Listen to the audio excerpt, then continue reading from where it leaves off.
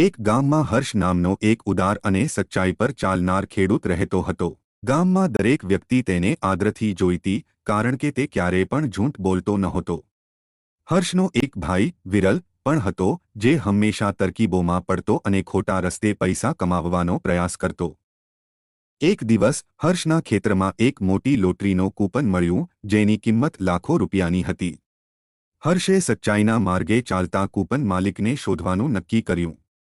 તેણે ગામમાં બધા સાથે વાત કરી, પણ કૂપનનો હકદાર કોણ છે તે ખબર પડી નહીં. વિરલને જ્યારે આ ખબર પડી, ત્યારે તેને તુરંત ખોટું નક્કી કરી લીધું. તે હર્ષ પાસે જઈને દાવા કરવાનું શરૂ કર્યું કે કૂપન તેનો છે. હર્ષ, આ કૂપન મારો છે.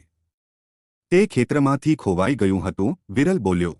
હર્ષને તેના ભાઈ પર વિશ્વાસ નહોતો, પરંતુ તેના નૈતિક મૂલ્યોને ધ્યાને રાખીને તેણે તેના ભાઈને કૂપન આપી દીધું. ગામવાળાઓને આ વાત જાણીને આશ્ચર્ય થયું, કારણ કે હર્ષને ખબર હતી કે વિરલ ખોટું બોલી રહ્યો છે. વિરલ ખૂબ ખુશ થઈ ગયો, કારણ કે તેને લાગતું હતું કે તે કૂપનથી અમીર બની જશે.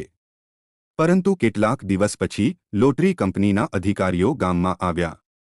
તેઓએ જણાવ્યું કે કૂપન ખોટું છે અને તે કોઈ જ કિંમતનું નથી. વિખૂટા સમાચારે વિરલને મૂંઝવણમાં મૂકી દીધો.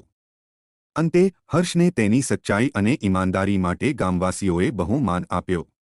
વિરલને સમજાયું કે ખોટા રસ્તે ચલાવેલી વસ્તુઓનો અંત હંમેશા ખરાબ જ હોય છે. તેણે હર્ષ પાસેથી માફી માગી અને વચન આપ્યું કે હવેથી તે ક્યારે ખોટું નહીં બોલે અને સત્યના માર્ગે જ ચાલશે. સચ્ચાઈ હંમેશા બધી રીતે સાચી પડે છે. ખોટા માર્ગે જીવનમાં સફળતા મેળવવા પ્રયાસ કરવાથી અંતે માત્ર નિષ્ફળતા જ મળે છે.